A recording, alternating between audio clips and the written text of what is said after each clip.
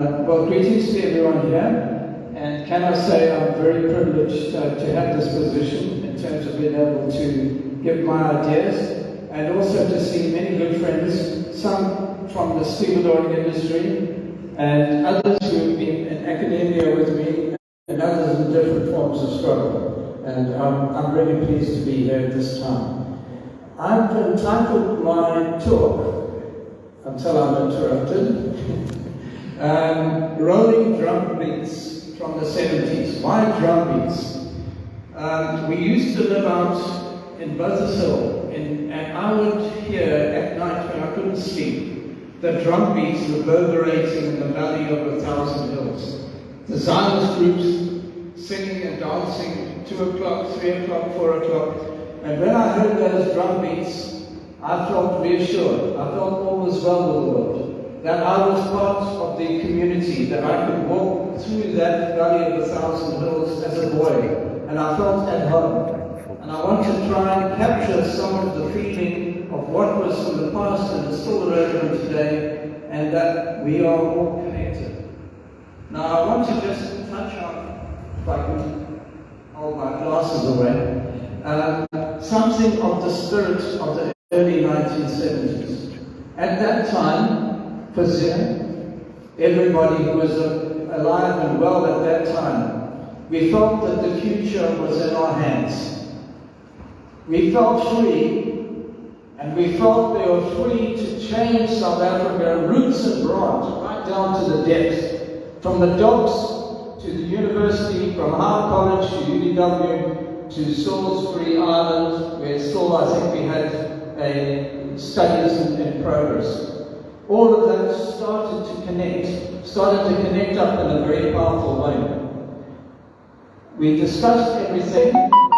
We stayed up all night. I could remember nights at which I would look up in the sky and see something happening. And Hilton Cheadle would say to me, "There's something wrong. Maybe there's fireworks going on out there, because the sky's lighting up."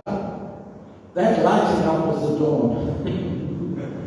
We discussed the whole night, and we got together, we got out to the beach, and we swam for the rest of the morning. That was the life. You would carry Communist Manifesto, illegal was in your back pocket, pick out phrases, discuss them. When Rick turned up Foszia, we would have such exchanges in his office. We felt alive and well, and full of youth and full of energy. And something of that is still in our minds and in our bodies. We were not naive. We knew that the West was at war in Vietnam. We solidly supported the struggle against American armies and imperialism in Vietnam. I stayed up all night listening to the reports of the struggle during various offensives, waiting to know whether all that would break through. And the Americans were doing the same. Everything was touch and go, actually, in Vietnam, until eventually there was a defeat. But we are also aware that in Czechoslovakia in '68, there was an invasion, and that the striving for freedom in Eastern Europe was suppressed. We weren't children. We knew that. And we knew that our Communist Party in South Africa was tied up with that, and therefore it would always be a weak echo of the real struggle. We wanted to get that authentic voice, and that authentic voice came from various parts, but particularly from someone like Steve Biko, who made a radical discontinuity in the ideas of struggle at the time, was prepared to engage in the most rigorous intellectual way, build unity among black people with the slogan, "All oppressed, all those who are oppressed by apartheid are black." That was an enormous gain, an enormous feeling among all people, that if you had a policeman at the door, we would be standing together. That involved an awkward positioning for white radicals like myself. On the other hand, we lived and learned, and by the way, Steve was quite a gentle soul. Just a vision, we said visionaries. I and my brother Crispin, and I think Jonathan was there too, organized a conference down at Alan Taylor Residence, which was the heart of the Black Consciousness movement at that time. It was on the Barney. Not a single person from Alan Taylor Residence came except one. Guess who that person was? Steve Biko. He didn't want us to sit there in humiliation. He came and participated fully, and he encouraged others to do so. He was so above any petty points like that, and so confident in his position that he could deal equally and gently, I could use the term gently as well, with those with whom he had disagreements with, strategic or ideological in various ways. Now to get to the 1973 strikes.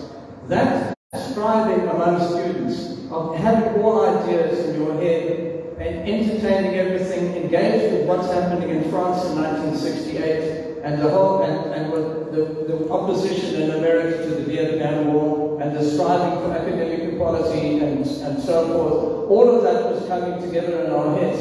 But in South Africa, where was the power to change things?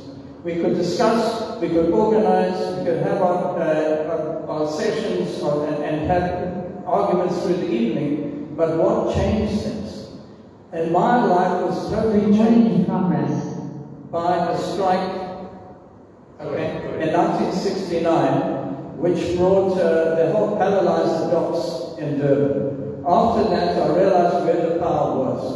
Durban is the major port of South Africa, the major port of southern hemisphere, and it could be paralyzed by workers like Aaron Corsi, who's sitting among us today, coming out on strike and bringing the entire economy to a halt for a period.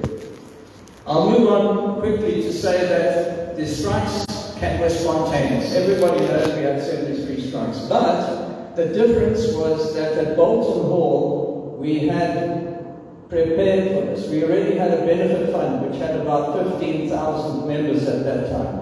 I was so concerned, why should we have a benefit fund for funerals? But the workers wanted it, they were confident we could do it, and we paid the benefits, and out of the money that we collected, we paid for the organizers and the investigation of complaints and so forth. And that was the basis on which the unions were built. We had no foreign money.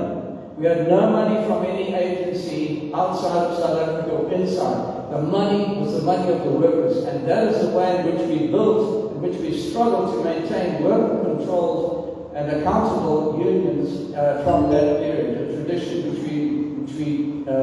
which I think all organizations need to learn from. Steve, at one time, we had a discussion about money, and he said, if every black person paid 1 cent to a fund, we could organize the liberation of South Africa. Unfortunately, that was not carried out, because we all ended up beholden to one foundation or another, wondering where the money is going to come from, paying salaries which were sometimes 5 times the salaries of the workers. In the beginning of the unions, everyone earned 100 rand. If you had a PhD, an MA, if you had no education, it was 100 rand. That was something like 20% to 30% more than the average wage of the workers. We didn't want that gap to grow any bigger, even though we needed that more money, but we knew that we had to sacrifice, to be able to do that.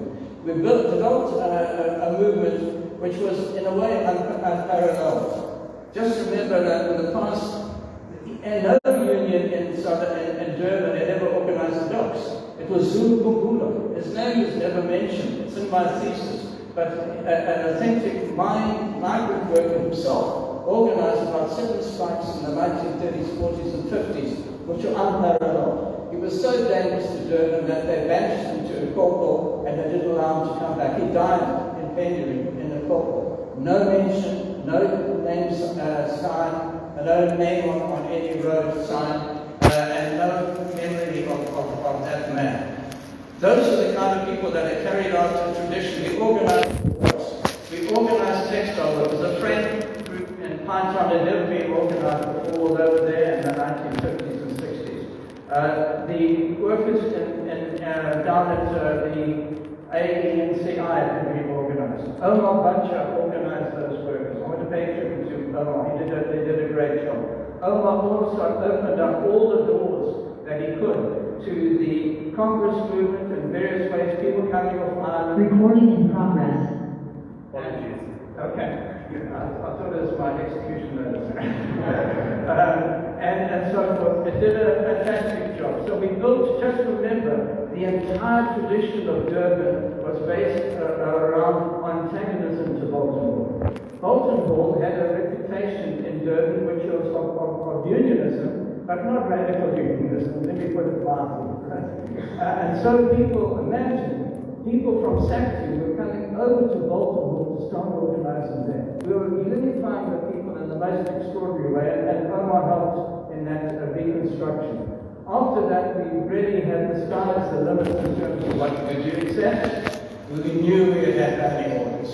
We knew within 3 months, 6 months, 9 months, there'd be the police at the door, and we'd be pulled out, and that would be the end of it. We were trying to replenish our people by education and training and enthusiasm and so forth. We had workers after workers being fired in the factories after the strikes. We had the banning orders and so forth. We had every impediment put in our way, but somehow the unions struggled. We really did struggle, because imagine going to each factory worker and asking them for 10 cents a week, and then carrying that money through the townships into Durban. Isabel Shomri did that job, and when she came to the office, she was trembling. She was trembling with fear, because she thought that the gangsters would get her. The only reason, and she sometimes had as much as 3,000 rand in that plastic bags that she was carrying in. That is how the money came in. But the gangsters knew they couldn't touch her. If you touch her, you would get big trouble from a number of the shop stewards in Pinetown and elsewhere. We had that kind of security. We had that kind of organization. Now we're looking to the future, and I think we'll be touching on that a bit further. But what I can say, Durban has profound opportunities. We've had profound problems. We've had profound divisions. We've had what we can call, Mandani calls permanent minorities. Colonialism and apartheid has divided us into the tiniest little sections. But we've had, from the 1970s onwards, we've had the opportunities to unite. And I will conclude at this point to saying that we have one majority represented here. Every person, and I imagine every person, unless I can see some who are very wealthy indeed, earn a salary, earn a wage, have to fight to cover the cost of living, and have to fight for their family to be able to get the education for the children and the rest. That means you're part of a working community, you're part of a working class which has been redefined. We are the majority, and we have to solve our problems. The majority will from that time. Thank you.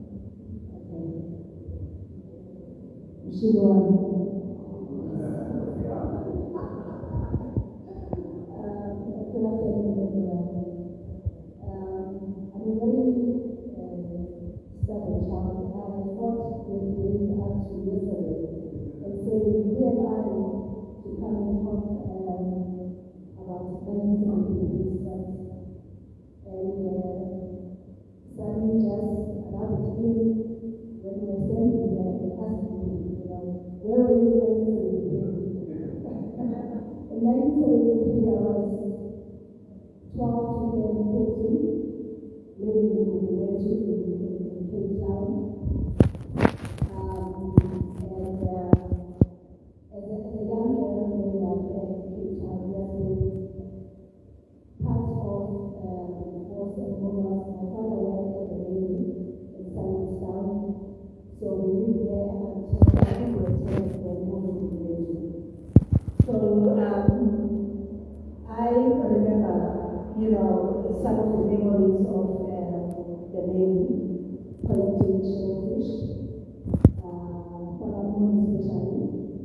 those who were there and plenty, and putting them, like recording in progress, and having stories told to us.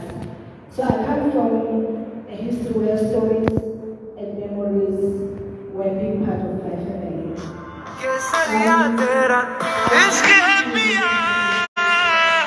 And thinking about myself coming to KZN in 1981-82 after harassment, because I'm also a product of the homeland system. After 1976, I went to school in Transkei,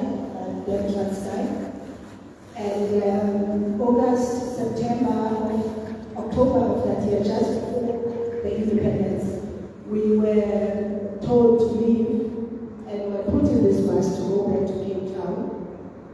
And 1976, August had happened. And Cape Town, people remember, we had the Vertigus. And I lived just opposite the men's hostel in Cape Town. And those were the workers. And we were attacked right about December by the Vertigus, where all of us, we had to run away. So those are the memories that one carries of the history. But, so for me, history is very, very important. So when I first came to how I get into the unions, my uncle came out of Robben Island and in Cape Town went and joined General Union. So each time he came to KZN, he used to live at the hostel at the dock in Point Road. He lived with the workers at the hostel. So I would visit, and the other aspect of this life was that General Workers Union was they didn't want to be part of the unity talks then.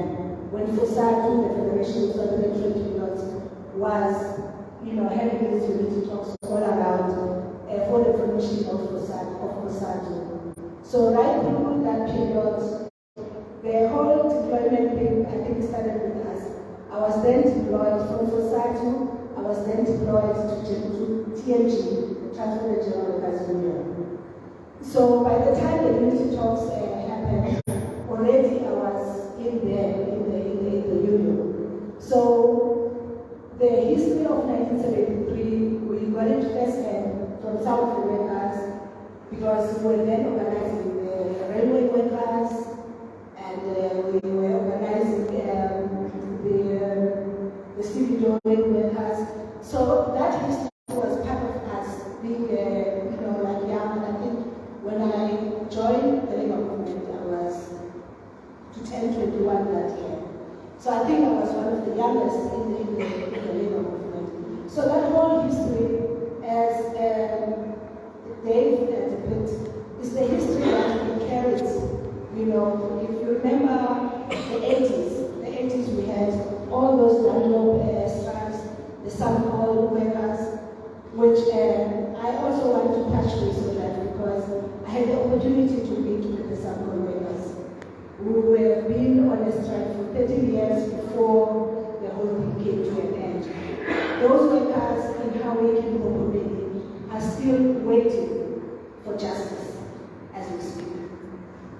So for me, history, because now we talk to converted people, history is very painful, because all those people that were part of the struggle, especially in the labor union, no one knows where they are. They are forgotten. And those are people that in the 80s were also directly affected by violence. The IFPA, I won't call ANC, but the IFP, UDM, the Master Democratic Movement. And the South Coast, we know what happened. We know that in Harriet, workers were killed.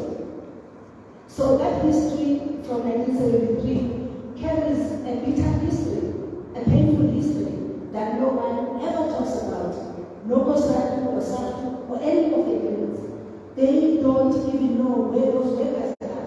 So when we sit here, talk about that history, I get, like emotional about it because I know that there are workers down in Hawaii that are waiting for justice, that are asking questions, and no one has answers for them. We hear talking about the labor movement. Which labor movement are we talking about? Because we've seen, the splits didn't only happen. We saw Mau in the 80s, it had the Splinter Union, we saw many of those unions, but they came together again. But today, if we talk about labor movement, there's not even a strike, national strike, like 1973 strikes. Like all the strikes that the workers have carried. Part of me joining the labor movement, I have carried the memories of 1976 that the workers of this country, if they can stop the economy just for one day, something will then happen. Are we able to pull that today? Are we able to pull that today?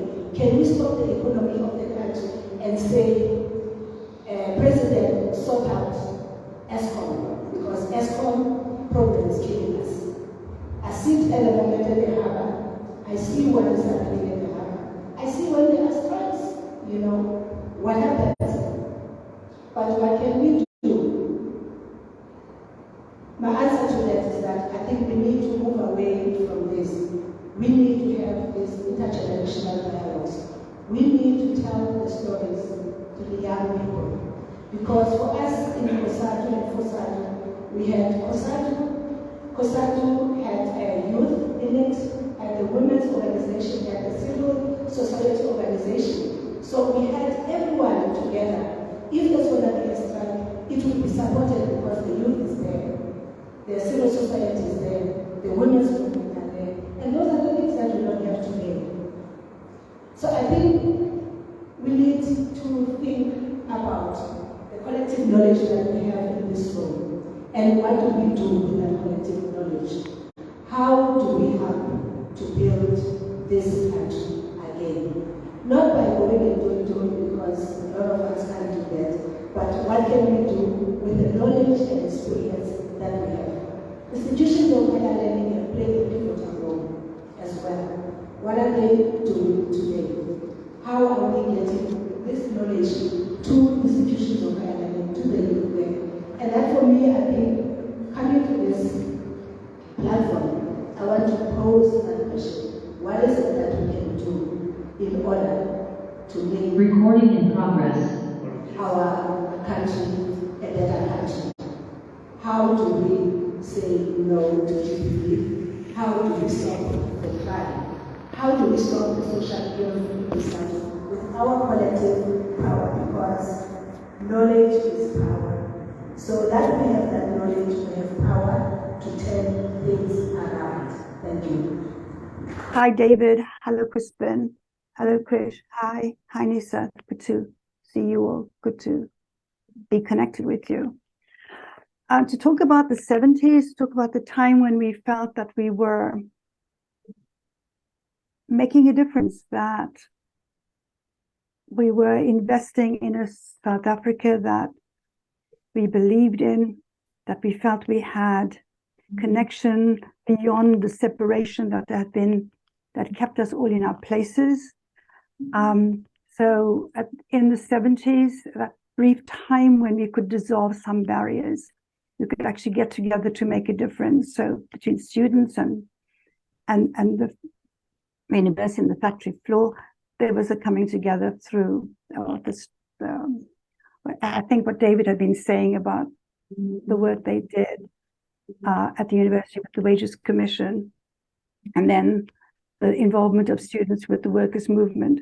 So dissolving boundaries that had kept people apart in a country like South Africa, which was all about keeping people apart, keeping people separate so that they could be more easily controlled, and keeping suspicions alive, keeping competition between groups of people alive, highlighting race as if that was the most salient factor rather than the distribution of resources and access to resources. So for me, the 70s was a really important period in which we were able to come, to some extent, come to grips with what it was we were wanting for ourselves, the kind of life we wanted, the kind of South Africa we would feel proud to be involved with. I was very fortunate to be with the people I was doing the work I was. It was a challenging time. The resources we have were limited, but we made the best use of it. We had the resources at Bolton Hall. Harriet Bolton was a key person in making possible the beginnings of the dissolution, disappearing of the boundaries between student and factory floor. Also educating the students about the realities of life. It's one thing to think about things, to think about change, to have ideas about being the vanguard of movements, but coming to terms with the reality of what's it like on the factory floor, and having, what she helped us do was to begin to have the humility to listen rather than to tell. It's very easy when you think you've got all the ideas to just keep going on and bludgeoning people into agreeing. That seems to be the kind of pattern of all authoritarian societies, and it goes all the way down. We have an idea and we just keep telling and telling and telling, not listening. And I think one of the things that through Harriet we learned to do, to some extent, not completely, was to listen to the workers, to honor their input. So Hajra said you would like me to talk about Rick, about how important it was, the input he made. He was one of the best minds in South Africa. He was available. He was not somebody who stood on prestige. He was engaging. He was one of the people who was listening, who listened, who took the time to listen, to encourage people to think things through rather than to tell them what the solution was. What else? There's so much to say, and I don't know, because I didn't hear, David, what you said or what Nise said or what anybody said. I don't know the context into which to put all of this. So if you want to ask me some specific questions, I can. But generally what I wanted to say was, not only were we grappling with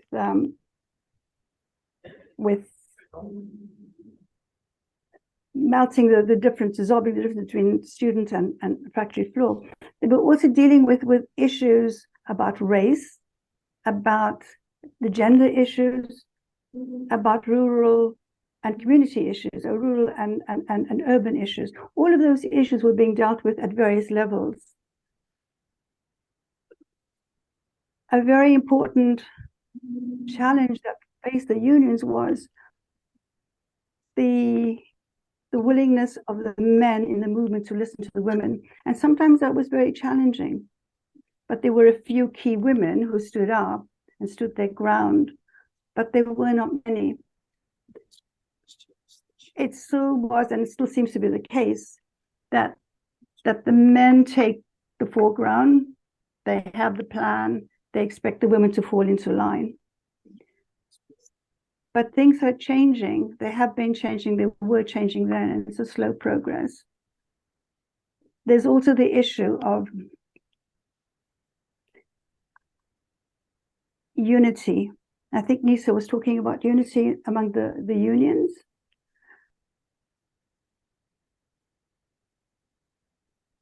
Sorry, I'm just reading a text from Hajra. So that issue of unity, during the time of the 70s, it was easy to be united because there was a surge, there was a feeling of solidarity. But within that, the role of the security police, the suspicions that they planted, the divisions that were planted, there was a lot of energy spent on who was in MPP and who was working against the movement. And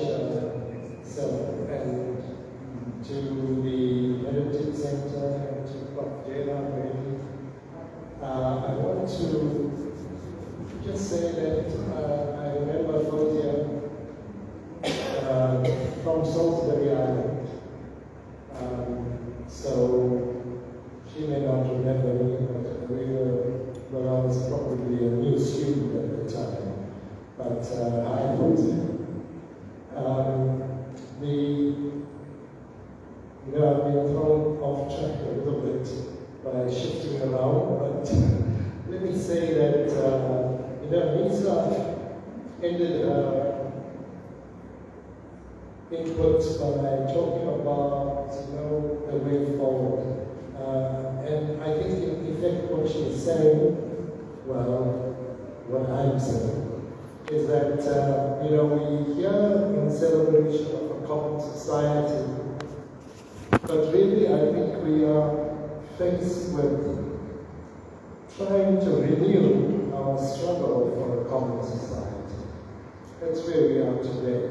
Whilst we are wanting to celebrate, I think the space and the terrain that we face with today is really trying to regain what people like David and the Hemson brothers were struggling for, a unitary state, probably governed by workers, and a truly egalitarian society, a socialist society.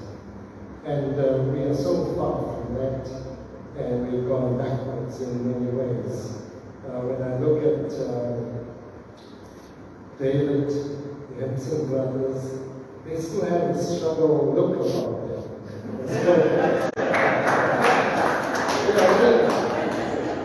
And it wasn't my intention to say anything about some of the very, very successful business unionists that are up and about living in Cape Town, in Clifton, in palatial places. And it reminded me of the Teamsters Union in the United States. And one of the terrible byproducts of unionism is that you can become so powerful, you'll be courted by the big politicians and the capitalists, and you'll be set up. And the workers are left behind, and you become a billionaire. You can run media houses and TV stations. And it's a bad example for a lot of aspiring unionists. So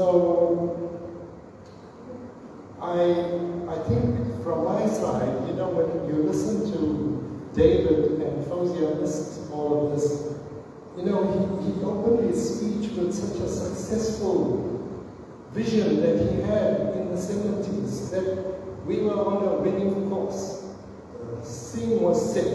The workers are organized, the unions are going to do X and Y, and one can understand his deeper work and probably his experience in the 60s and the understanding of Marxism and struggle literature and all the learning and the theories that went around that gave rise to the growth of the Communist Party and the struggles and the liberation struggle that took off and the armed struggle in the 60s. Now, so when I looked at my notes and what I saw in the 70s, we, against what you were talking about, David, we were running around as very young students and late teenagers, early in our 20s, like headless chickens, because we had no idea of where things were going to go. And we had no political grounding. The literature was all unavailable. The band, if any one of us was found even within sight of some Marxist literature, or even the Communist Manifesto.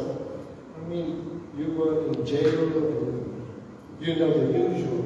So our circles had none of that underground material that was circulating amongst the real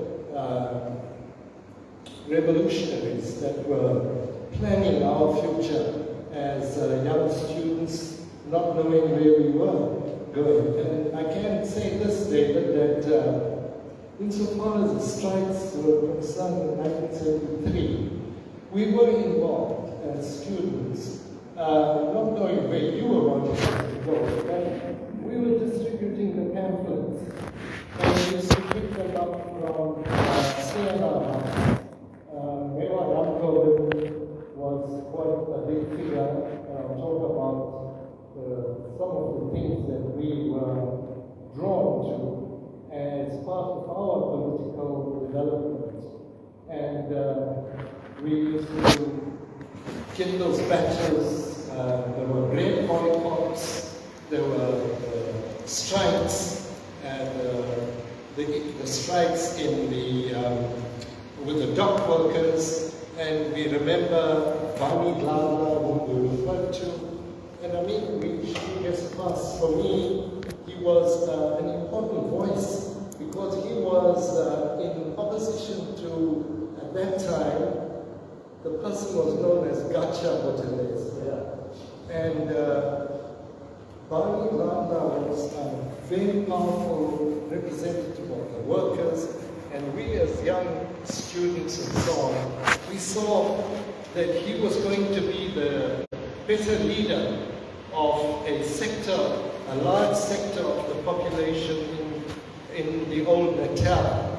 And well, within a not too long a period, Barney Dladla was removed from all kinds of things, the risk of death. And we know why at that time. So that was the kind of repression from our non-apartheid government forces, but in terms of the political terrain in Natal in particular at that time. If certain people crossed certain lines, they were eliminated. And so the Inkatha party at that time wrote no opposition. There was just only one voice, and that was the voice that had to be on all political platforms and meetings. So when we were as students attending meetings at Bolton Hall, in as much as it was not a revolutionary workers' forum, but it was a place of mobilizing, conscientizing, and so forth. And lots of our meetings were held there, even student meetings that had to be off campus. And there were, of course, Curry's Mountain, and where we had big rallies. And I always remember that our group of students would be going around passing messages amongst those who were banned and house arrested, and also handing out pamphlets wherever things happened. You know, on the 1973 strikes, maybe I should just give you a small anecdote about one of our comrades who is now deceased. We were running around, and how we used to hand out pamphlets was we were running around to bus stops and bus ranks, Beater Street, which was a very busy hub, and Warwick Avenue, and so on. And we'd have batches, and all the time we had to be dodging the security branch. And there were these characters, we all know, Niagara and Benjamin, sitting in that dirty cream-colored Opel record. They had to have those German cars given to the apartheid regime. Nazis in a real true tradition. And so they were onto a lot of us, they knew us too. They often call on us to threaten us now and then. But I remember we managed to get all our pamphlets out, and in some cases we had to dump some in a hurry. But the work was done. But Nise Mahlange he was caught by, that's the person I'm speaking to, he was one of our good friends, a comrade, worked very hard, a revolutionary in his own way at that time. And he was arrested, not really, they picked you up. That's how it was, at the bus stop in Middle Street. And of course, they let him go, but they said, you better come to, it was no Fisher Street then, we had to go to see our SWAT. So over the weekend, he had to go there at 9 o'clock on Monday morning. They had to downplay it, they didn't take it because he looked like a young student he was from Gauteng, Johannesburg those days. So they didn't see him as a big threat, but they knew he was working with some people, as it were. And so we had to just prepare him for the interrogation and whatever, but he survived that, and he came on. But I was just highlighting some of the things that we were doing without any idea of what we were doing, really, in the true, deeper sense of what you were talking about. So, what were the things that influenced us as young students at the time, not having political grounding, knowing that our leaders are all around Ireland? We would have heard of Sunny Singh as a man, amongst our ranks of older people who was arrested, was involved in sabotage, and names like Willie Naya. We wouldn't have been able to know the kind of revolutionary fit that they had in the bigger scheme of things. But we were obviously learning, getting information, scrounging out as much as we could. But the things that turned us around and moved us in some sort of political direction was the growth of the Black consciousness movement. And it reawakened a lot of us in the community and amongst all of us. So I'm just going to touch on things that impacted on our lives. The work of Steve Biko was a student. Some of us interacted with him indirectly at the Alan Taylor residence.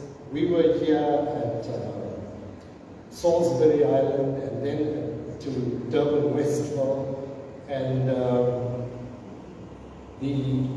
coupled with that at the same time was the work done by Preamble in reviving the NIC. Now, he may not have revived it, and he made it very clear, if I remember at the time, and all of us young students used to hang out at Siena House, where he had his offices, but his was probably part of a broader underground strategy. But it was to revive the Congress movement.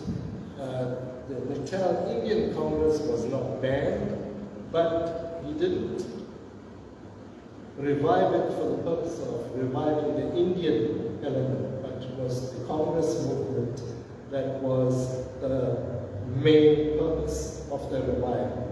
And it did have a big impact, because a lot of political meetings began, mass meetings of a sort, where different sectors of the society came together. So we used to attend political meetings, or these meetings at, say, Curry's Fountain. And on that platform will be Alan Payton, will be Gacha Utelezi, would be Mewaram Robin. Recording in progress. But there would be an NIC speaker, and there would be Rick Turner, Dr. Rick Turner. And these were all big, powerful names for us as young students, but these were the things that conscientize us. The word conscientize came from the way black consciousness was introduced into our lives. And I must say, our generation, growing up in the 60s, made us all believe that white was right. Everything white was beautiful. And black consciousness, liberated our minds. Steve Biko was a true non-racialist. But in our somewhat naive belief, even hating apartheid, we also hated white people as young students, in a way. So we found even nuisance to be objectionable, and we were part of SASA. But it was really a very crude understanding of the way things were emerging. But within a year or two, we were able to move away from a simplistic black power salute into understanding that the fist was something far more radical, far more revolutionary in a socialism. And black consciousness up to today has made us non-racial, especially those of us who would have felt oppressed by this psychological oppression that Steve Biko and Frans Fanon and all of them spoke about. So we had access to just not too much of literature. The books that we were able to read at that time were The Struggle for a Birthright by Mary Benson. It wasn't bad at the time, but it became a little bit of a Bible for us. And there was Eddie Rue's book, Time Longer Than Rome. And there was then, of course, Frans Fanon's Wretched of the Earth, which was still quite deep, but a good book. And also Rick Turner's The Eye of the Needle. So these were few and far between. But our access to books then grew in the 70s. And there was a shop in Grey Street called Premier Book Bazaar, which was run by a guy called Nell, and he used to import through his books business, whatever you may call it. The books used to come in boxes, and his suppliers in London and wherever the big publishers used to send in a lot of banned books into the batch.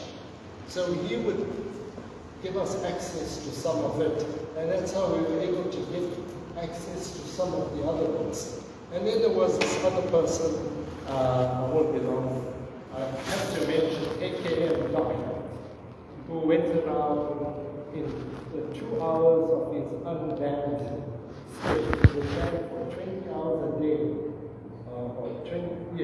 between 10 and 2 during the day he was allowed to move out of his house. It's a long story how he smacked the SB guys when they came to him and they punished him with this most oppressive banning order. So he used to come around, he used to get books and sell books, and we had access to them. And CNR House was the hub of a lot of political activity. There were a lot of activists, lawyers, and so all our struggles, we moved into the cultural space. We worked with the Srini Mudli and the Theatre Council in Natal, TECO.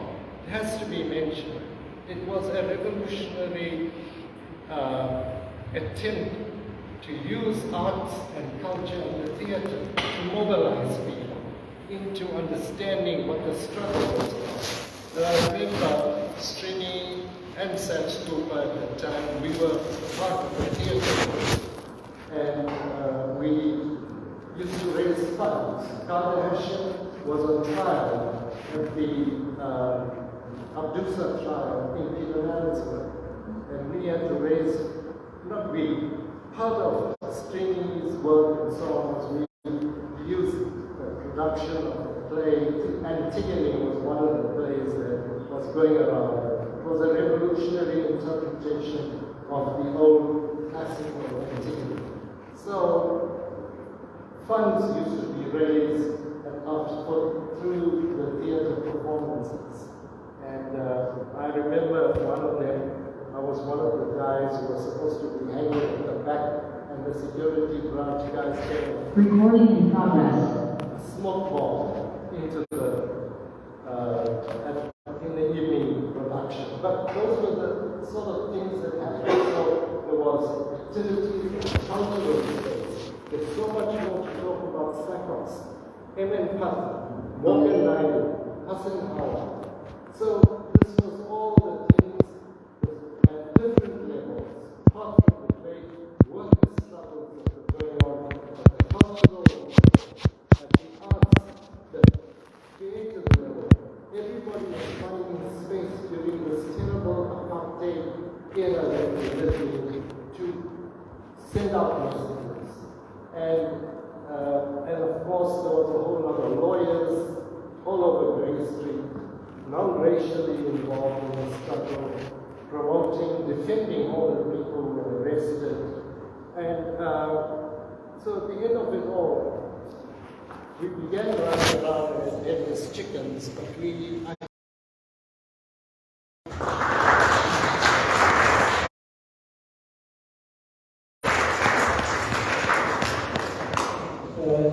thanks, Krish. Sorry to Foszia that we had this losses in dedication.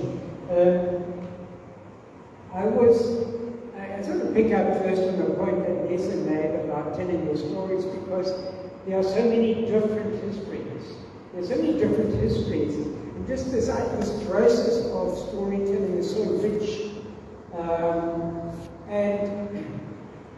Just to note, I mean, on Thursday I was thinking about people who have survived the Black consciousness movement, and I was thinking of Peter Jones. That is the day that Peter Jones died, on Thursday. And I have just seen him recently on television.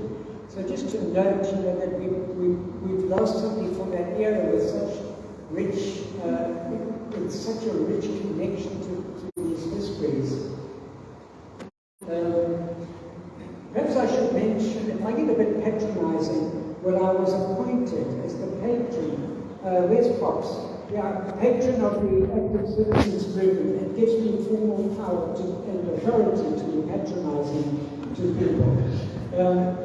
But my own perspective is so very different in many ways. I was outside the labor movement.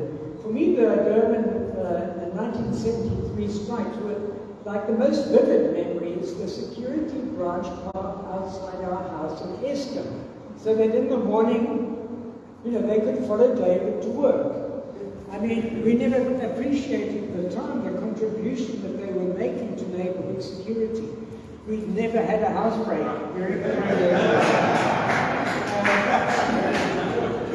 But the other vivid memory that was so relevant is, because of reasons our country just now, I've been moved from one school to another. I ended up in Belair Primary School, very close to Rick and Foszia, of course. And I was told that I had to go and attend a history workshop by Chadwick. Chadwick was the history subject advisor for the province for the White Education Department. So we go there, and his point was that you must connect the pupils to the names around there, like Pine Town, who was Pine, Smith Street, who was Smith, West Street, etc., etc. So he said, here is a photograph I've taken of the sign. Philip Frame Park, New Germany. He said, it was so difficult for me to take this photograph. There was a crowd of strikers. I had to wait for them to get out of the way. It was an absurd image of an entirely blank, devoid of human beings, that a signpost proudly proclaiming Philip Frame Park. So history for him meant avoiding these unfortunate people and going to the true story, which was of white settlement and white industrial power and so on. It was a remarkable example of how selective some people's history can be, and how opaque that could be. So, I want to say, recording in progress. My career in education, I'm glad Foszia is now reconnected, because I had got a job at Queensborough Boys High School with Veronica Wang from the Turner household, and Rick said to us, very cross about with Rick about this, by the way, said, "You're going to go to teaching, you're going to end up like all of the other white teachers." So we were very offended by that, of course, and we were going to prove Rick wrong. So, and we did prove him wrong. By the end of the 6 months, Veronica had been thrown out of the system, and because I had a bursary, they didn't throw me out, they sent me off to Greytown High School. The first evening I was on hospital duty, I was ready for this. They brought me the prefects, who were fascists, Afrikaans nationalists. They brought me a line of boys and said, you know, we brought you here so you could beat them. So I had my copy of the Natal Education Ordinance of 1942, and I said, this clause says I'm not allowed to beat them. And there was nothing they could do. They got very angry, but there was nothing they could do. In fact, number 2 in the queue said to me, "Can't you just beat us in the World Debate? I'm not going to beat you." It was just as well, because in later life, a few years back, he was my line manager for a time at DUT. So, in fact, I went to the 60th birthday party and told that story, which was really interesting. So one of the differences, I think, in the approach, and David is from a truly Marxist position that he's held very strongly to. And then the other people who took more of it, Recording in progress. of consciousness and that's like the alternative approach. And I was thinking through this, because of course Rick's comment to us was very much from that structuralist perspective. But he was also so much interested in the issues of consciousness, his connection with black consciousness, and the work done to try and work with white people about their consciousness. So, and that had one major and often unrecognized success, and that was the End Conscription campaign, which was a movement by white people to face up to the realities of our position in society, and we were being confronted with the reality that the system requires more involvement. And that forced and that kind of initiative drew so much from those ideas. From Rick through to the work of groups like Preamble. And one of the really important things here, I think, is, I didn't want to say this, it's strange that connects all of us on the platform. To the enable book. When Nise said she was November with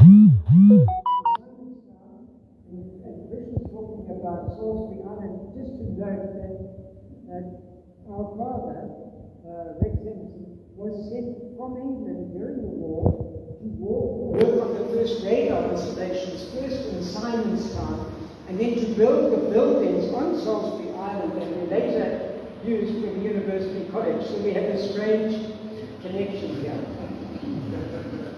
There are 3 things that stand out for me now when I look back. One of them is, and David, I think, picked on this, is the sense of people's individual and collective agency for positive purposes. People got up and did things in this period. And it's something that we seem to have lost. Maybe it was the idea that everything moved into government and government was going to do it, and your job is to go to now and vote for, put these people back in power. And that sense of positive agency, that in the end it's up to us to do this, not up to anyone else. It's for us as individuals, as different connectors.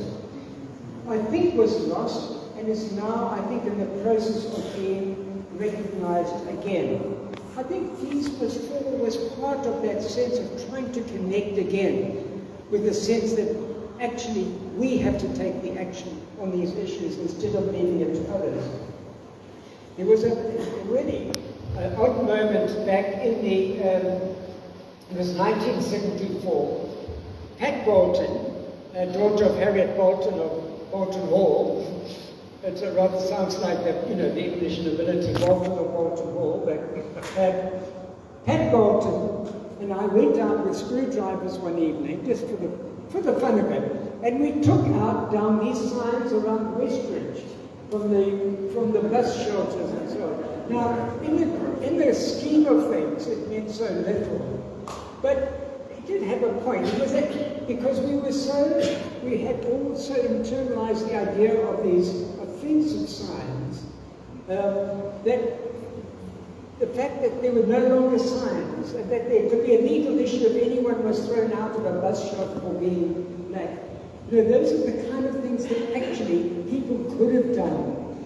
So all of the white people who said, oh, we'd have loved to have done more, we voted for the Progressive Party or whatever, but we couldn't do more. Well, you could have done that.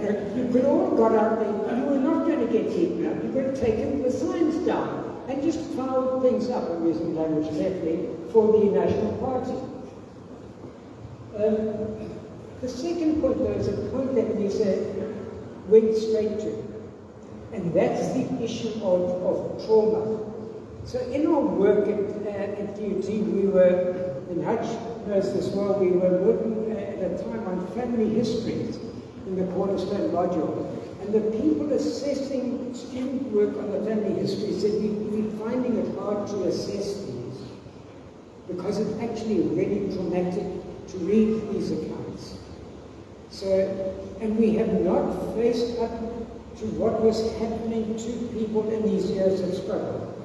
For me, two highly traumatic events in my own life were the killing of Steve Biko. I was in Diaconia with Paddy Carney, and the phone rang, and he said to me, Steve Biko's been killed. And this for me was a very traumatic event, as was Rick's killing as well. But the constant trauma, the constant violence being experienced under these conditions across the province, which intensified as we got into the second half of the 1980s, the early 1990s. And I witnessed these events in Ananda, Kwamakuta, in the late 80s, early 90s. And what that did to people, and we seem somehow not to have noticed the complete continuity between that trauma and the corruption, the violence, these appallingly authoritarian patterns of power that we witness now in society. I'm thinking of I met somebody at DET, Ntogozisi Lembete. Turned out he'd been at Queensborough Boys High School, so we had some really interesting discussions about that. But he worked with us on a couple of projects in Icon. He then studied at Edgewood, where I'd been head of school. He got his PGCE. He got a job teaching in a primary school in the Gogo area. And he was committed to his work. He was professional. He happened also to be the science steward for Sajjan. The parents loved him, the youngsters loved him, the principal thought he was great. And then two guys on the staff said to him, let's go chilling tomorrow night. Oh, he said, well, okay, I'll go along. And they went in his car. So these two guys got into his car. He got into the driver's seat. At that moment, the driver's seat was opened and there was a gunman who shot him 4 times. through the mouth, through the back, and twice in his legs. And he disappeared. I didn't know what had happened. But months later, when he was able to make contact with me, the two guys ran away. One left the area the next morning, and one has never been seen again there. The community heard the noise, rushed him to the hospital at Biko, and he was saved. After months, he was able to regain his speech, because his tongue had been severely injured, and he was able to walk again. I have a beautiful video showing him going back to the school, and the youngsters coming out to clap him and sing to him. But these issues that have gone so deep and have so violated institutions, including educational institutions, are things that we must face up to now. I ran a workshop. My third and final point really is about student activism. Because the student activism of that time, in the late 70s, late 60s and early 70s, was absolutely remarkable. I ran a workshop with student leaders at DUT, SRC, and other leaders. And I asked them two simple questions. What was it about DUT that made you feel this is what I came to DUT for? And then, what was it that I did not come to DUT for, that I experienced here? And it was so interesting, because when Krish, you're talking about reading and the excitement of the internet, nobody spoke about that in relation to their university experience. Nobody. The great things were getting in there, struggling to get in and getting in, and then leaving there with a qualification. Hardly anyone spoke about anything academic. And it was like unfortunate. They did say that meeting other people was significant to them. But on the downside, one of the downside was the stress around just being able to get through this system, this kind of enterprise, whatever it is, getting in there and surviving it was so stressful for them. And then deep anger from women about sexual harassment and rape on campus. Things that never get openly expressed at DUT, and in fact seldom expressed at any of the universities. So these are areas where also we have so many sites of struggle, and people in different sites need to pick up these issues. So I think enough from me. What I'm proposing now in terms of the time is if we could perhaps take questions and comments from the floor. I'm just going to ask that you keep it shorter than ours. And then I want to go back at the end to the panelists. So if we take, perhaps we'll take a limit of 2 minutes, and we'll take perhaps seven points from the floor. So, who would like to pose it? You could pose a question. We won't take the response to the question now. So if you want to have something to respond to that, just say, I'd like a response to this point, or just make your own comment, your own contribution.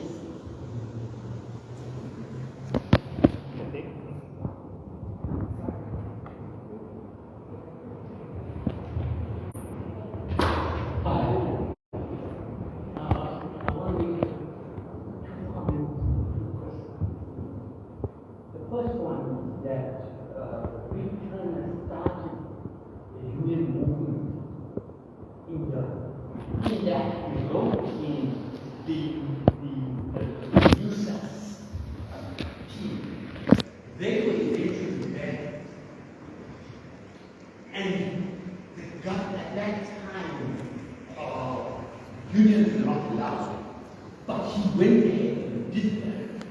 And I think because of the power created, the government set out a behind mission to set out the terms of the unions. To be honest, it's a horticulture. You know, there was a time it was horticulture. But why did that name Gacha grow? Because Gacha means branch, and he did not want to be known as being a branch of it. He wanted to profess that he was white. The other questions I have is what is the impact of BCN and black consciousness on the students of the 70s students?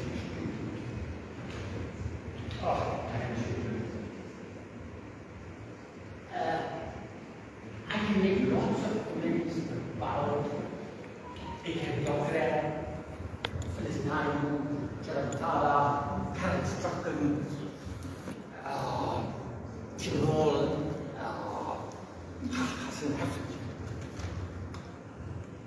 Lastly, I have in my board a whole lot of political posters, and my boardroom is filled. I invite everybody or anybody to come and have a look at it. There's no fee charge. And in order to recognize my building, it's behind Overport City. And you'll see four faces on the wall. And that's of AK Doctor and Swiss name, Durban Strikes and Harriet. Thank you. It's behind you, isn't it?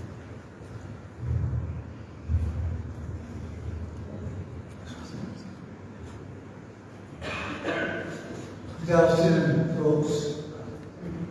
You're all there. 73 brings back memories.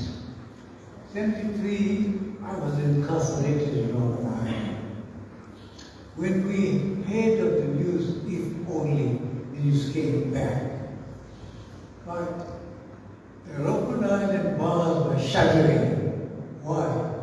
Because 73 strikes inspired us. 73 strikes.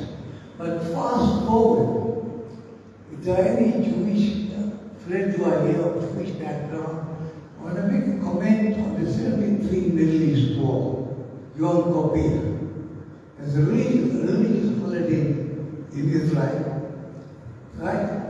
Our struggle, this struggle was not anti-Jewish, but anti-Zionist, right? That 73 struggle were Egyptian and Allied forces, Syrian, Moroccan, Jordanian and Iraqi forces invaded, right? Israel. That also inspired us. Why? Our struggle was not just simply anti-apartheid, anti-colonialism, it was anti-imperialism. You may have had the Bandung Conference in 1955, Indonesia. Fast forward the Tricontinental Conference in Cuba. Right? It was the anti-imperialist conference. The Freedom Charter is an anti-imperialist document, anti-monopoly capitalist, but it's not anti-capitalist situation. So, 73 definitely inspired us. You spoke, Dave, about 10th offensive Vietnam. When the 10th offensive took place in 68, we thought we were going to be liberated. Because 100 towns were attacked by the National Liberation Force in 68. But fast forward 68, but the students' revolt started in Paris, where the Americans 6 feet came closer to the French shores because the government was going to fall in France. The Radio France was taken over by progressive forces there. So it's important to note that struggle was also an anti-imperialist conflict. But important what Krish and others, yourself, you said about the wider conflict of struggle. But today, the scenario is very difficult. The tactics have to change, our style of leadership has to change, and so on. So it's a new ballgame today. can give a so-called answer in abstract sense, but on the ground, I don't think that kind of leadership is coming. Not saying it won't happen. I just want to make these few comments. Thank you.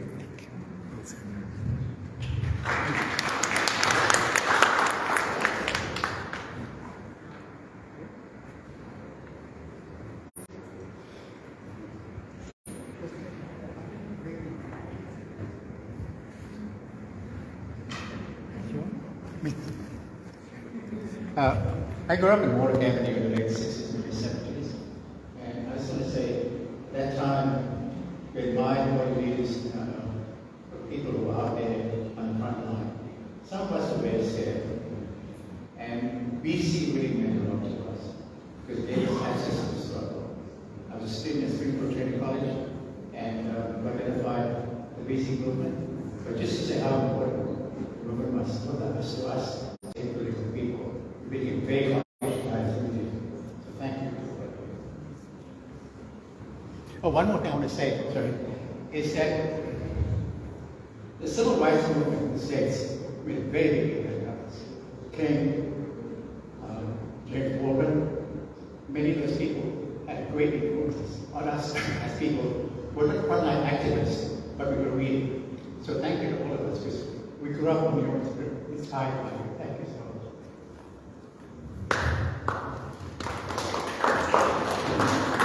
I think there's one question that Hutch has been communicating with Foszia, maybe if you want to continue.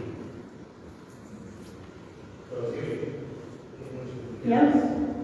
Okay, so Yeah. there's this question that Hutch has been posed.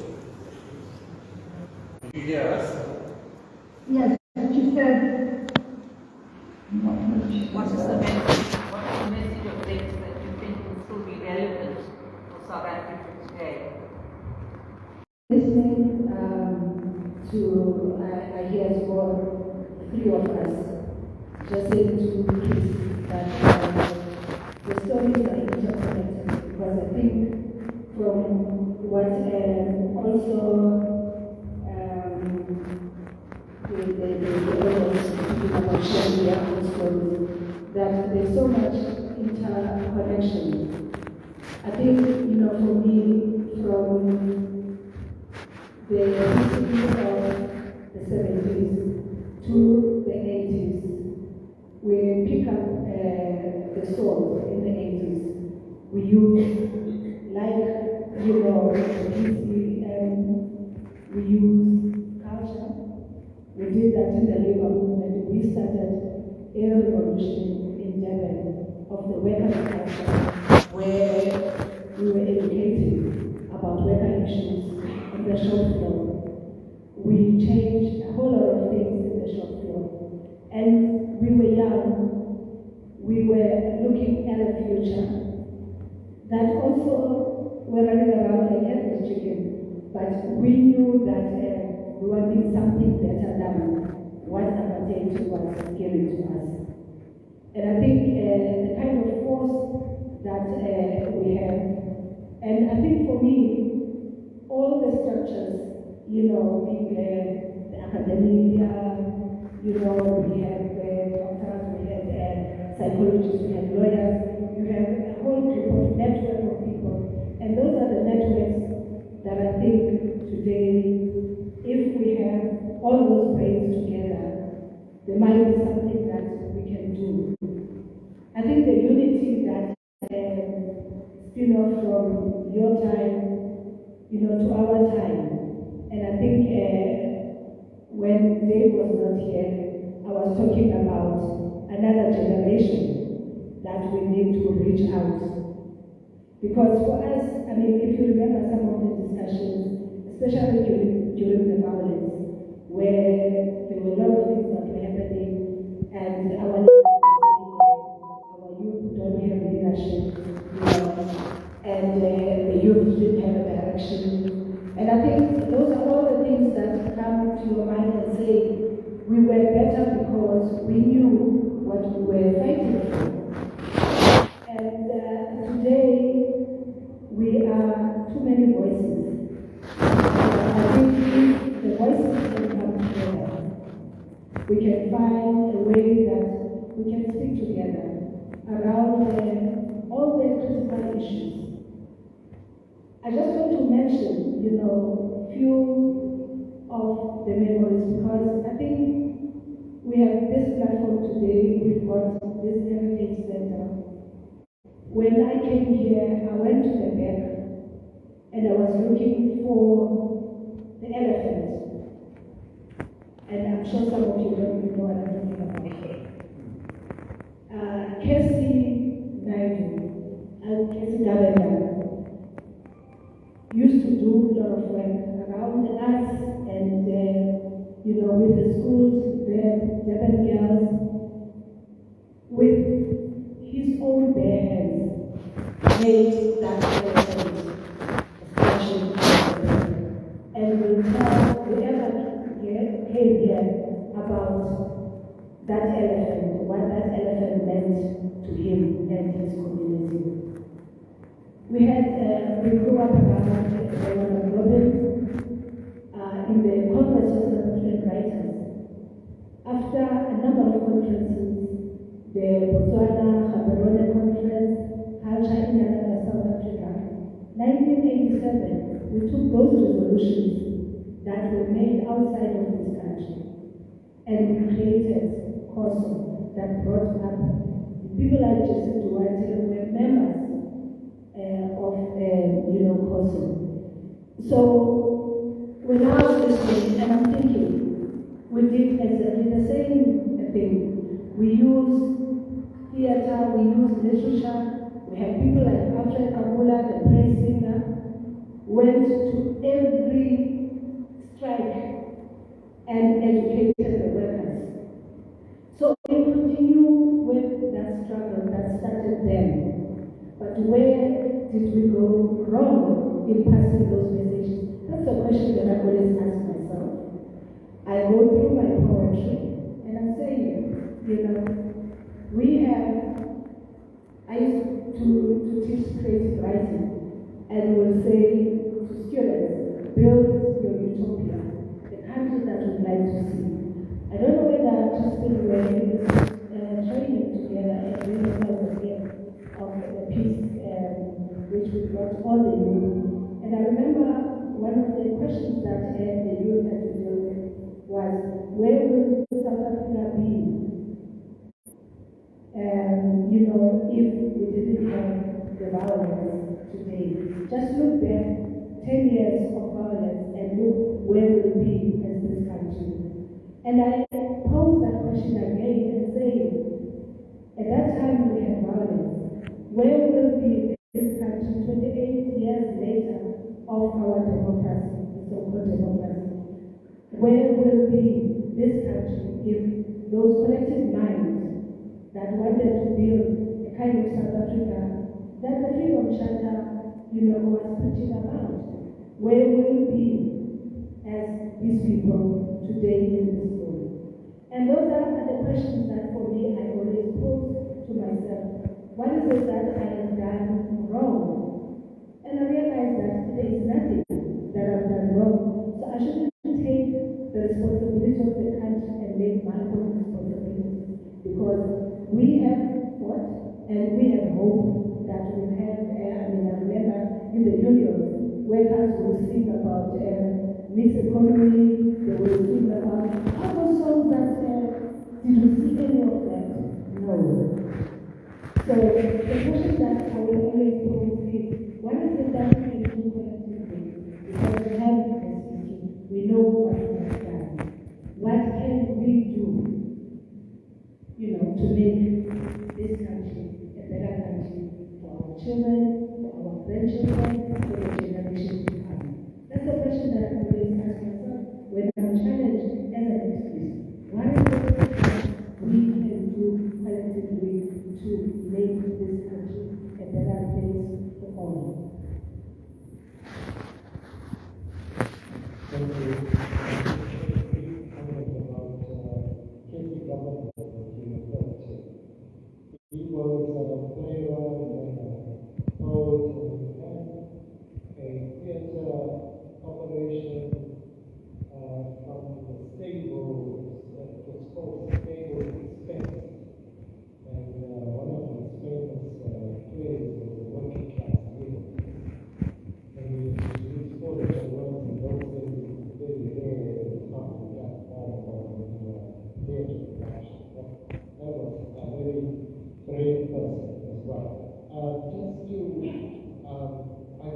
we should just reflect a little bit on somebody who's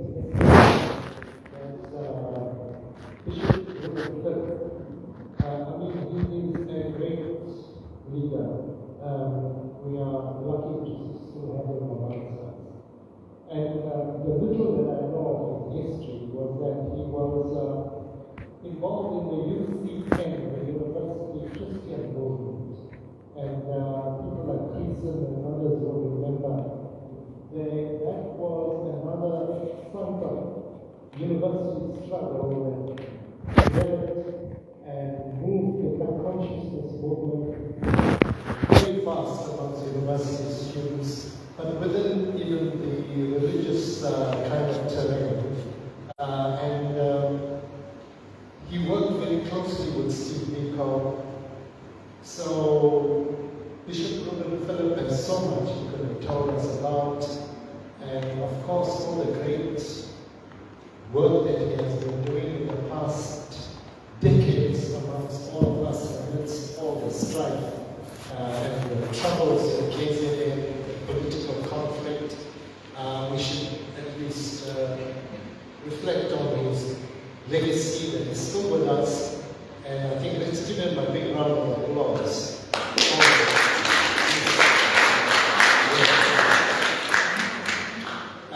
Just about the future that Nise asked and posed some questions. You know, to me the 60s was when it was the age of repression, where everybody and organizations were just crushed.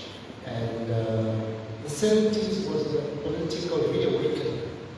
In all sectors, in all the sites of struggle that we saw, from sport, art, culture, unionism, politics, and student activism, and the beginnings of many things that led to the mass mobilization that took place in the 80s, and our liberation, political liberation, not economic liberation, in the 90s.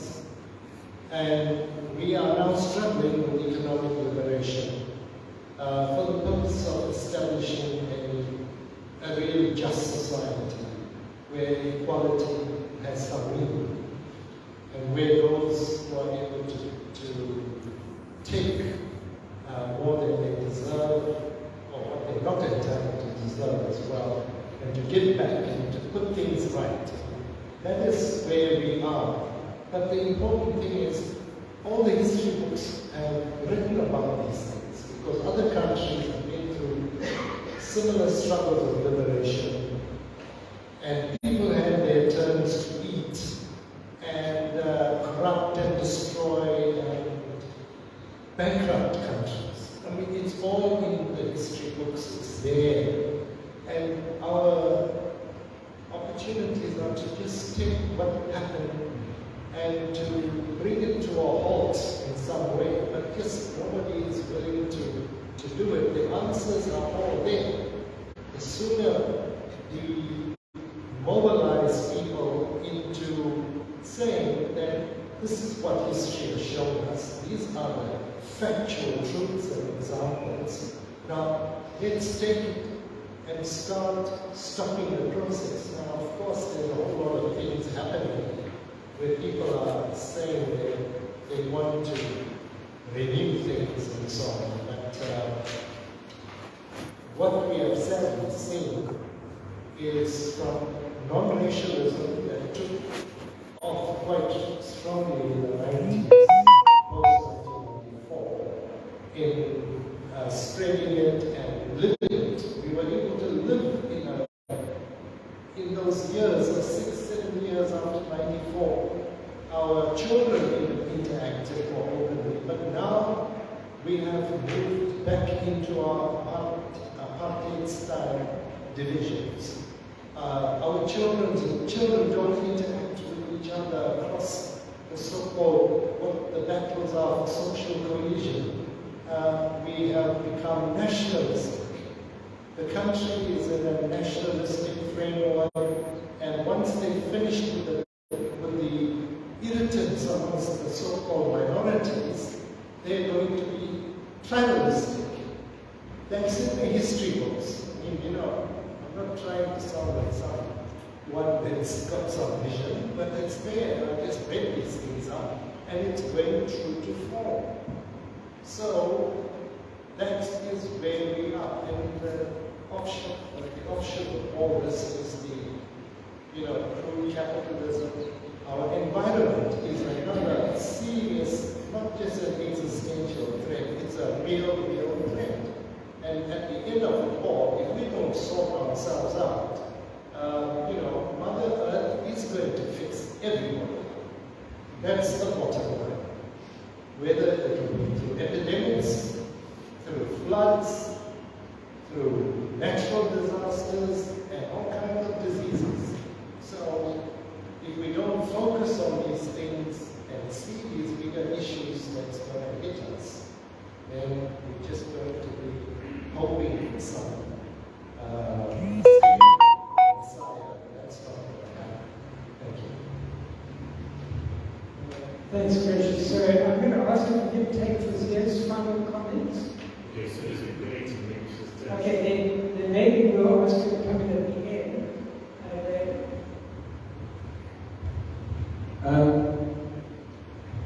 I feel I should stand. I'm so used to addressing mass meetings and speaking over people's in the front row, and often being shouted down and having to get my way, especially when it's a mass meeting of dog workers. You know, they've got other views here and there sometimes. But look, I wanted to pay tribute to the different contributions. Krish, I learned a lot, you know, of what was happening. I was far away from London, or in Zimbabwe, or Tanzania, and we didn't know all the famine that was going on. I really picked up a lot. Nise, there's perspectives of generation after generation. You know, it's so important. I think you made a point the other day that we need more oral history to be able to capture the voice of then and now and into the future. We have also some terrible things that have happened. I think, Krish, you mentioned some of the problems of the labor movement, that we developed the structures that are meant to support and fight for us are turning to sit on our heads and be a monstrosity and even make millions or billions. Let's not use the word billions. Billions for the people that started. Some of them I brought in the labor movement myself.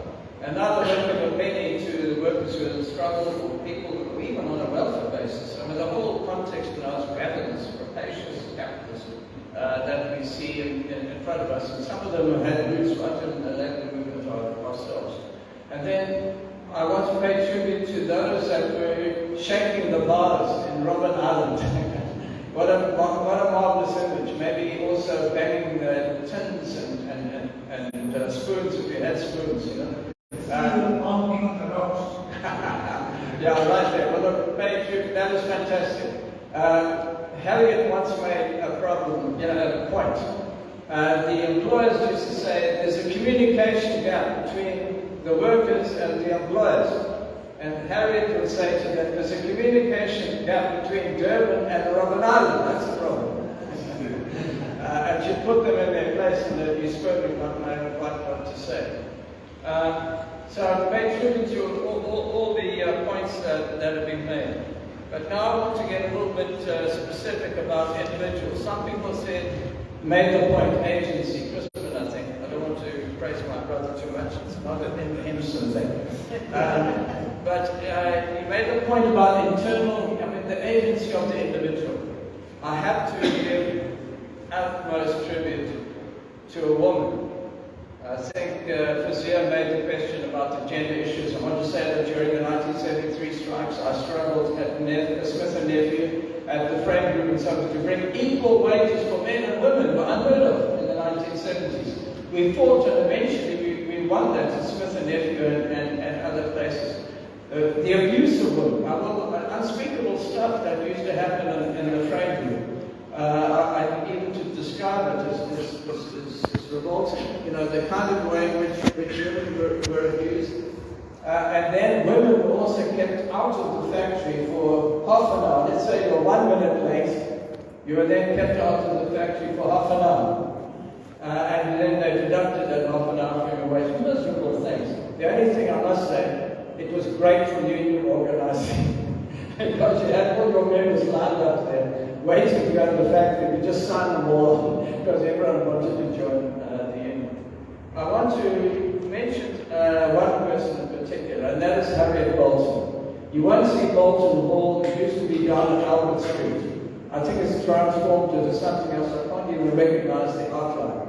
But just remember, every major meeting of workers took place at Bolton Hall. And that was not because Harriet was not aware that the security police would be on her head. They were on her head all the time. The doors were wide open.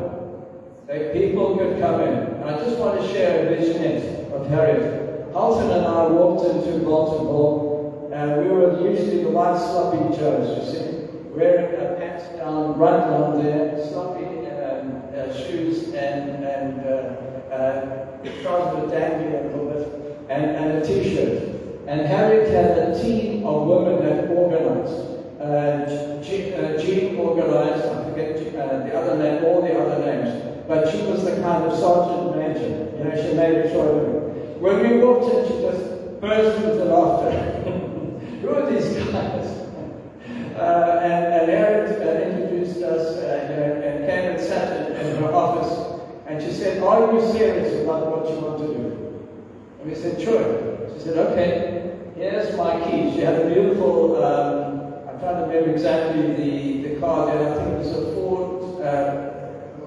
Anyway, the union gave her a car far too big for what she wanted. She gave her the keys. There it is. She said you can find the petrol at Aussie's garage. Remember, there used to be Aussie's at the triangle down there. Fill it up when you want. All I want to know at the end of the week, how many workers have you organized? Organized and unorganized. And that is the prime category that we want. We want to get organization, not that we're going out of our minds in terms of bureaucracy and all the rest of it, but standing together, able to call a meeting and to get 100% participation. Harriet didn't get 100%. When she called a mass meeting during working hours during one of the disputes, she got 98% of her members. 98%. I think that's A plus. A plus. How many trade unions can today call a meeting and to be able to achieve that?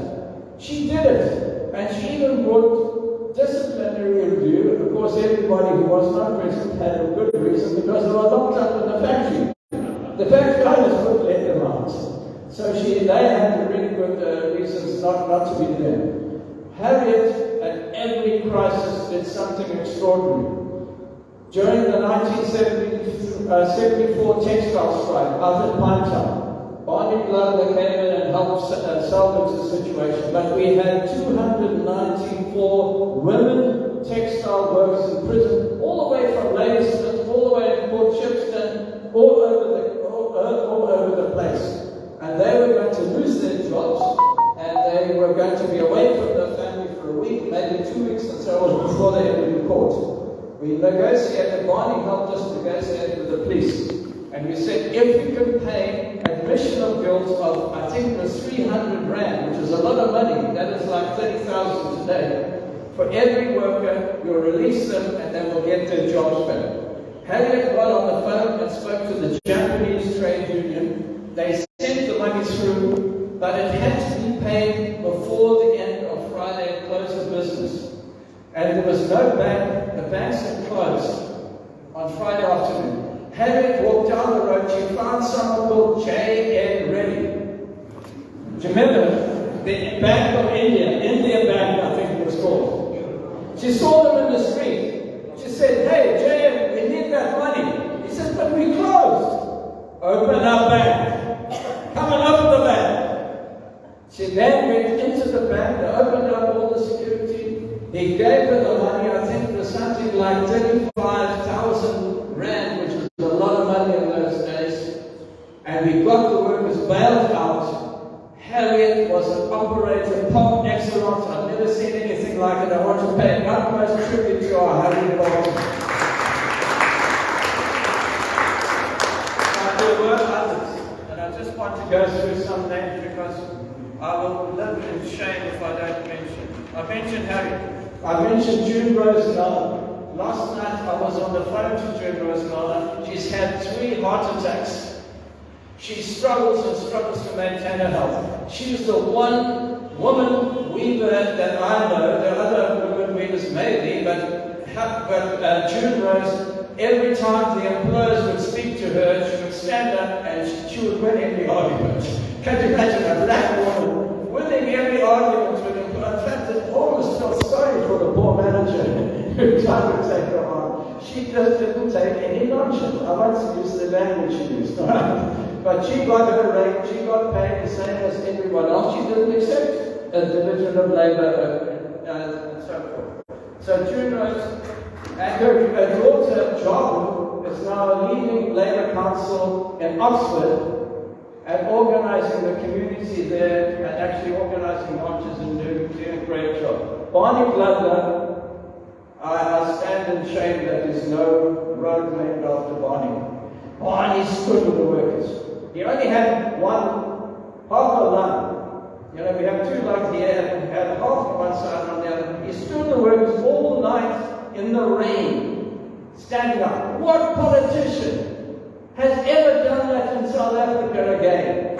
Tell me one. Give me one. He stood and the workers won in Alcan up in Richards Bay. But ever since then, he stood with the workers. He struggled. You can often hear him cough when in the meetings. And he died here. He died in 1977. I have to pay a tribute to Barney Dladla. You stood with us when times were bad and you suffered. You were kicked out of the policy of the government. You were abused in every way. And your name doesn't appear in history. Barney, I salute you. Family, I'm going to try and organize some points about that. I won't go into the obvious. I just want to finish on mentioning Zulu Kugula. This was a migrant worker. His speeches were so eloquent that under the old British colonial type regime, they would write down every word. They would go into about 7 pages.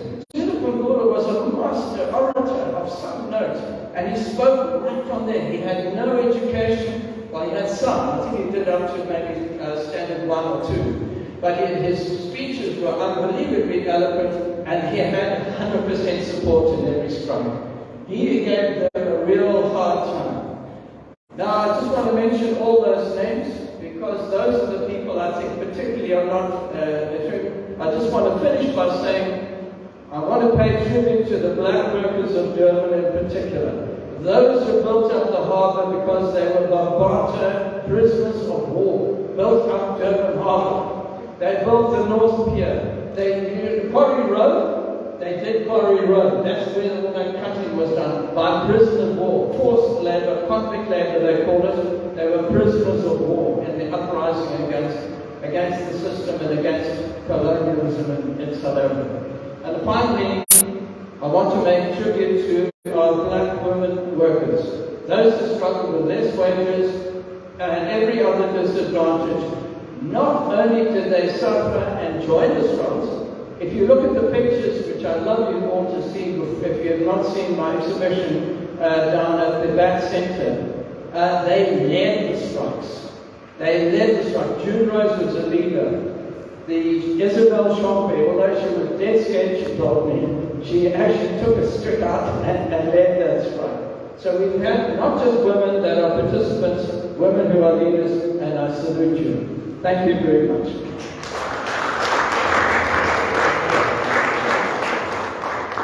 We were about to go back to Foszia, but unfortunately, I think the connection has just become too difficult. And so at that point, I think I'd like to say thank you for your involvement today, all of you. I'm so aware that there are so many different stories, histories, and we haven't found a way as a society of fully recognizing the range of voices, the significance of those experiences that we've been from. And we have to find our ways of taking new forms of struggle. We've got to be able to capture those, not just the memories, the experiences, and also the sense of the immediate challenge, the immediate capacity of people to bring about change to a society that we can all celebrate. Thank you very much.